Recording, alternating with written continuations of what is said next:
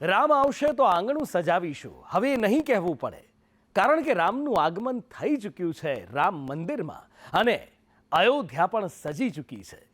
નમસ્કાર, આપ જોઈ રહ્યા છો સંદેશ ન્યૂઝ, તમારી સાથે સત્યની સાથે સંદેશ વિશેષ સાથે હું છું નુપુર. કોઈ સરયુ કાંઠે શંખનાદ કરી રહ્યું છે, અવધની ગલીઓમાં જય શ્રી રામનો નાદ ગુંજી રહ્યો છે, તો નાનાથી લઈ મોટેરા પ્રભુ શ્રી રામના ભજનો ગાઈ રામ ભક્તિમાં તરબોળ થઈ રહ્યા છે. સંદેશ વિશેષના દર્શકો પરોક્ષ રીતે આજે અયોધ્યામાં લલાની નવી મૂર્તિના દર્શન તો કરશે જ, પણ એની સાથે સાથે અવધની ગલીઓમાં પ્રભુ શ્રી રામના ભજન સાંભળી પોતાને એ દિવ્ય માહોલમાં સામેલ થયા હોય એવી અનુભૂતિ પણ માણશે.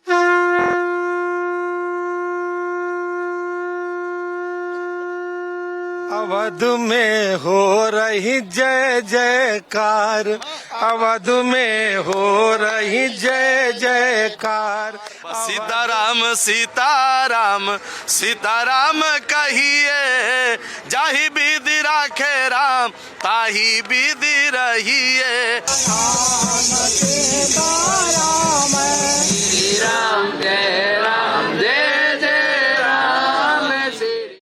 રૂડો અવસર અવધમાં, હરખ નથી સમાતો હૈયામાં. चुन के फूल वाले आई हो अपने राम लला खाते.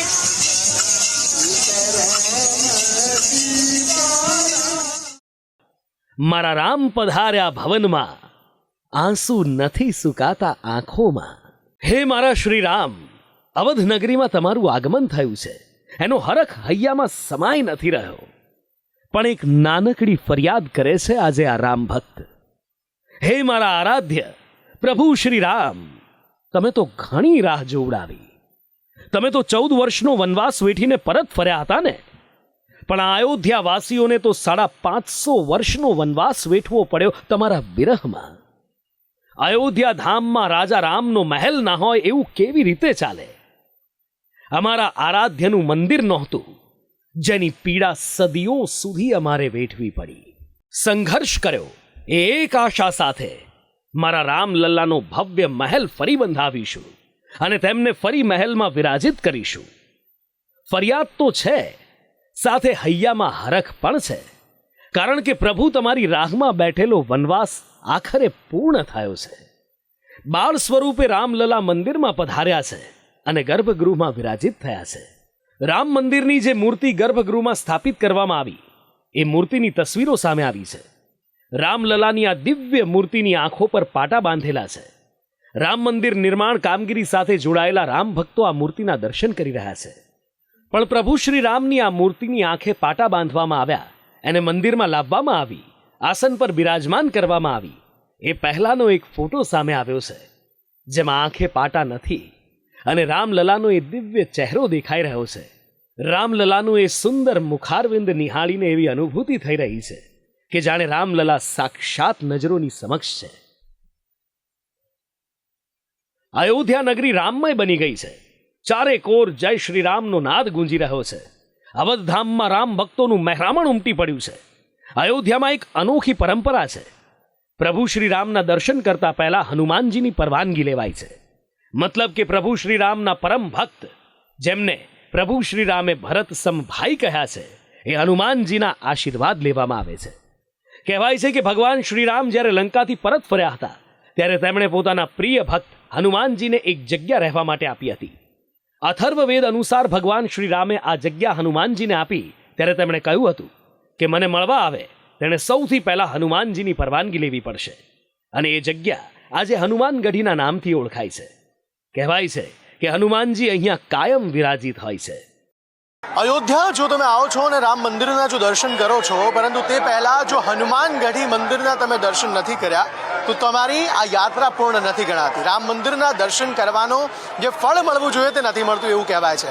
હનુમાનજી રામ ભક્ત છે અને તેવામાં રામ ભક્ત હનુમાનના આ હનુમાનગઢી મંદિરના દર્શન કરવા અતિ આવશ્યક છે. 22મી તારીખે જ્યારે પ્રાણ પ્રતિષ્ઠા મહોત્સવ યોજાવા જઈ રહ્યો છે, ત્યારે અત્યારથી જ અહીંયા રામધૂન જે છે, નિત્ય રામધૂન જે છે, નિરંતર રામધૂન જે છે તે અત્યારે ચાલી રહી છે અને ભગવાન રામનું નામ લેવામાં આવી રહ્યું છે. પ્રાણ પ્રતિષ્ઠા મહોત્સવને લઈને અયોધ્યામાં ઉત્સાહનો માહોલ છે, ઉમંગનો માહોલ છે.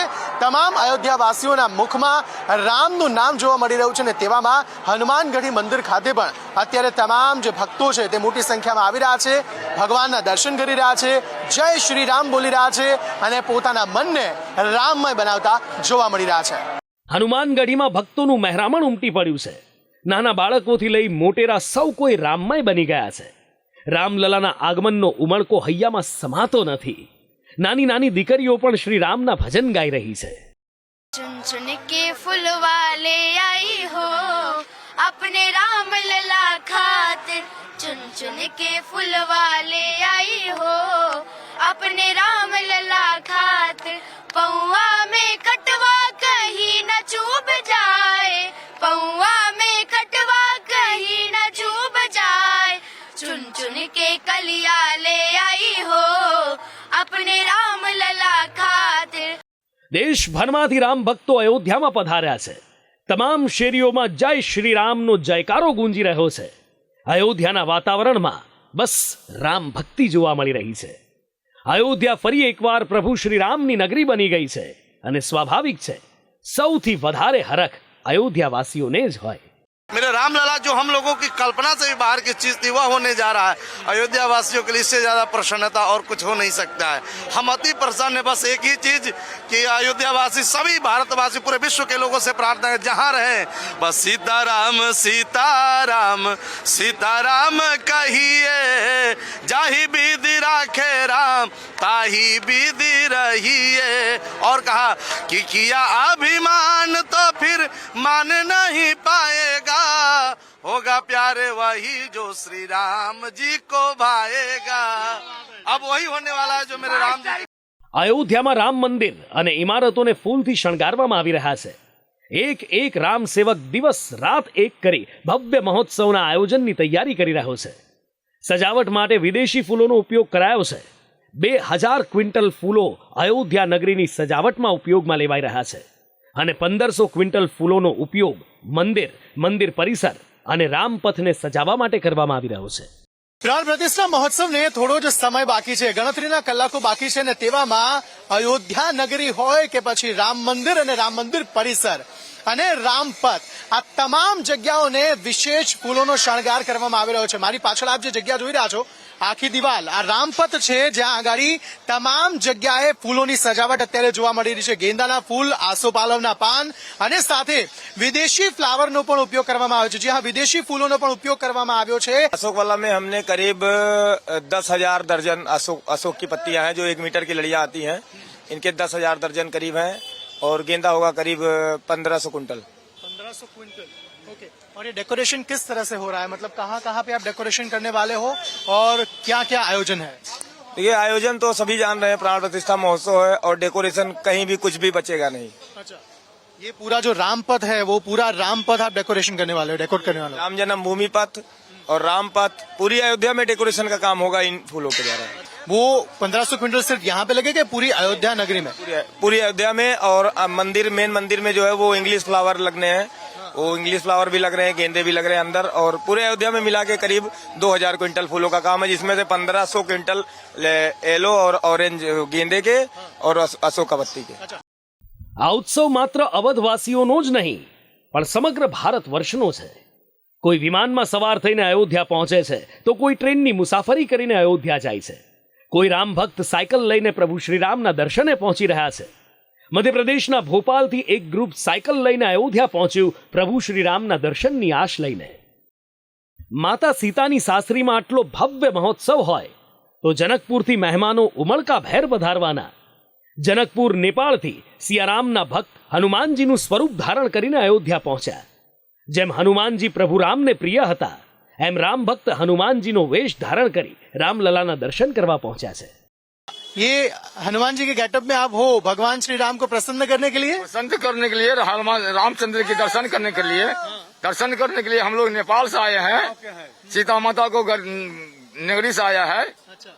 उस सीता माता को ससुराल में आए हैं, हम लोग सबको मिलकर श्री राम के दर्शन करने के लिए आए हैं। भगवान राम को क्या कहेंगे आप, कौन सी विनंती करेंगे भगवान राम? हम भगवान राम को हमको क्या कहेंगे, भगवान राम तो हमारा प्रभु है, वो प्रभु है, वो धन्य है, अयोध्या नगरी प्रभु है हमारा, हर कुछ देने वाला है, रोटी देने वाला है, पानी देने वाला है, हर कुछ देने वाला है।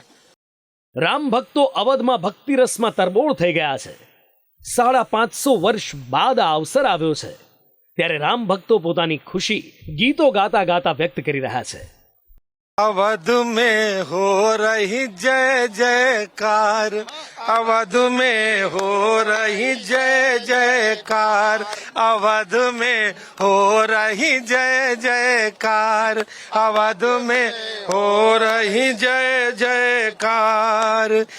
देख के राम लला का मंदिर, देख के राम लला का मंदिर, तन मन हर्ष अपार, अवध में हो रही जय जयकार, अवध में हो रही जय जयकार।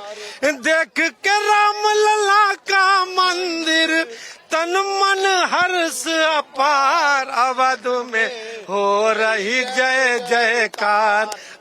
જો કે પ્રભુ શ્રી રામના દર્શન સરળતાથી નથી થતા, એના માટે થોડો કષ્ટ પણ વેઠવો પડે છે। ત્યારે અયોધ્યામાં પ્રભુ શ્રી રામના દર્શન કરવા પહોંચેલા ભક્તોને લાંબી કતારમાં ઊભા રહેવું પડે છે। પણ શ્રી રામના દર્શન કરવા તેઓ હરખાતા હરખાતા લાંબી લાંબી લાઈનોમાં ઊભા છે। કોઈ ભક્ત ઉત્તરાખંડથી આવ્યા છે, તો કોઈ બનારસથી, દૂર દૂરથી ભક્તો આવ્યા છે રામલલાના દર્શન કરવા માટે। देखिए, हमें बताया गया था कि 18 तारीख और खासकर 20 जो भी जब भी प्राण प्रतिष्ठा होगी उससे पहले काफी भीड़ रहने वाली है, लेकिन हम तब भी भीड़ की चिंता ना करते हुए यहाँ पर आए और हमारी श्रद्धा पूरी है। और हम जब तक भगवान राम जी के दर्शन नहीं हो जाते तब तक हम यहाँ से जाएंगे नहीं। અવધ નગરીમાં રામમય માહોલ તમે નિહાળ્યો, પ્રભુ શ્રી રામના દર્શન માટેની ભક્તોની તાલાવેલી તમે જોઈ, પણ હવે દર્શનની રીત બદલાઈ જશે। રામલલાના દર્શન કરવા માટે હવે સરનામું અયોધ્યા થવાનું છે। 19 જાન્યુઆરીના અંતિમ દર્શન તો ભક્તોએ કરી લીધા એ ટેન્ટમાં જ્યાં વર્ષોથી રામલલા બિરાજમાન હતા, પણ હવે દર્શન સીધા જ પ્રભુના મહેલમાં, એ ભવ્ય અને દિવ્ય રામ મંદિરમાં પ્રાણ પ્રતિષ્ઠા મહોત્સવ બાદ થશે। બ્યુરો રિપોર્ટ, સંદેશ ન્યૂઝ। ત્રેતા યુગમાં એક નગરી જેનું નામ અયોધ્યા, જેના રાજા હતા ન્યાયપ્રિય, કર્તવ્યનિષ્ઠ, પ્રજાવાત્સલ્ય, મર્યાદા પુરુષોત્તમ પ્રભુ શ્રી રામ, જેથી કહેવામાં આવતું અયોધ્યામાં રામ રાજ્ય છે। ભવ્ય મહેલમાં વિરાજતા હતા ભગવાન શ્રી રામ અને માતા સીતા। યુગ વીત્યા, પરિસ્થિતિઓ બદલાઈ, કરમની કઠણાઈ કહો કે અયોધ્યા નગરીમાં રામનો મહેલ ન રહ્યો, અને આ દુઃખ અને પીડા એ દરેક અવધવાસીઓએ વેઠી, જેમણે પ્રભુ શ્રી રામની મૂર્તિને ટેન્ટમાં જોઈ। પણ હવે સમયનું ચક્ર ફરી ફર્યું છે, ફરી સમયે કરવટ લીધી છે। અયોધ્યા ધામમાં ફરી ભવ્ય મહેલ બંધાયો છે, જ્યાં શ્રી રામ વિરાજિત થયા છે। ત્યારે સંદેશ વિશેષમાં હવે વાત વર્ષો સુધી વિરાજમાન થયેલા શ્રી રામની, જે ટેન્ટમાં હતા, અને હવે ટેન્ટમાં રામલલાના દર્શન ભૂતકાળ બની ગયા છે। કારણ કે જ્યારે રામલલા હવે તેમના ભવ્ય મંદિરમાં દર્શન આપશે, એ દિવ્યતા કંઈક। અવધ નગરીમાં પ્રાણ પ્રતિષ્ઠા મહોત્સવ માટેની વૈદિક પરંપરા સાથેની વિધિ શરૂ થઈ ચૂકી છે। 22 જાન્યુઆરીએ રામલલાની પ્રાણ પ્રતિષ્ઠા થશે, અને સાથે જ પ્રભુ શ્રી રામ તેમના નવા મંદિરમાં વિરાજમાન થશે। આ સાથે જ ભારત સહિત વિશ્વભરમાં કરોડો રામ ભક્તોની પ્રતીક્ષાનો અંત આવવાનો છે। આ પ્રસંગ ઇતિહાસના પાનામાં સ્વર્ણ અક્ષરે લખાવાનો છે, કારણ કે રામલલા તેમના મંદિરમાં, એમના મહેલમાં ઠાઠ માઠથી વિરાજમાન થવાના છે। રામ મંદિર ન હોવાથી પ્રભુ શ્રી રામની મૂર્તિ અયોધ્યામાં વર્ષો સુધી એક ટેન્ટમાં રાખવામાં આવી। 27 વર્ષ સુધી રામલલા ટેન્ટમાં રહ્યા। રામલલા, જેમની પોતાની નગરી અયોધ્યા, જ્યાંના એ રાજા હતા, એ પ્રભુ શ્રી રામે ટેન્ટમાં રહેવું પડે, એ દુઃખ એક સાચો રામ ભક્ત જ અનુભવી શકે।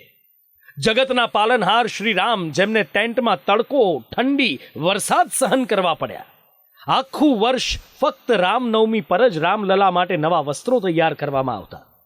એ સમયે કોર્ટની પરવાનગી વિના કંઈ થઈ શકતું નહીં, પણ જ્યારે સુપ્રીમ કોર્ટનો ચુકાદો આવ્યો અને રામ મંદિર નિર્માણ માટેની મંજૂરી મળી, એ બાદથી રામ ભક્તોની આશા જીવંત બની કે મારા રામ હવે ટેન્ટમાં નહીં, એમના મંદિરમાં, એમના ભવ્ય મહેલમાં ફરી એકવાર વિરાજમાન થશે। मैं रोहतक से आया हूँ और मुझे राम जन्मभूमि मंदिर का ये निमंत्रण मिला और बड़े खुशी की बात है कि रामलला जी जो टाट के नीचे थे अब ठाट पे सिंहासन पे बैठने वाले हैं और हजारों लाखों करोड़ों राम भक्तों की जो आस्था थी भगवान पर और वो कहते थे कि प्रभु राम टाट पे और हम लोग ठाट में, तो इसीलिए बड़ी खुशी का दिन है कि 22 जनवरी मैं सभी देशवासियों को कहना चाहता हूं कि 22 जनवरी याद रखें और दीपावली मनाएं। જે ઘડીની રાહ જોઈ આખરે એ ઘડી આવી ગઈ। 22 જાન્યુઆરીએ પ્રાણ પ્રતિષ્ઠા થવાની છે, ત્યારે હવે રામલલાને ટેન્ટમાં રહેવાની જરૂર નથી।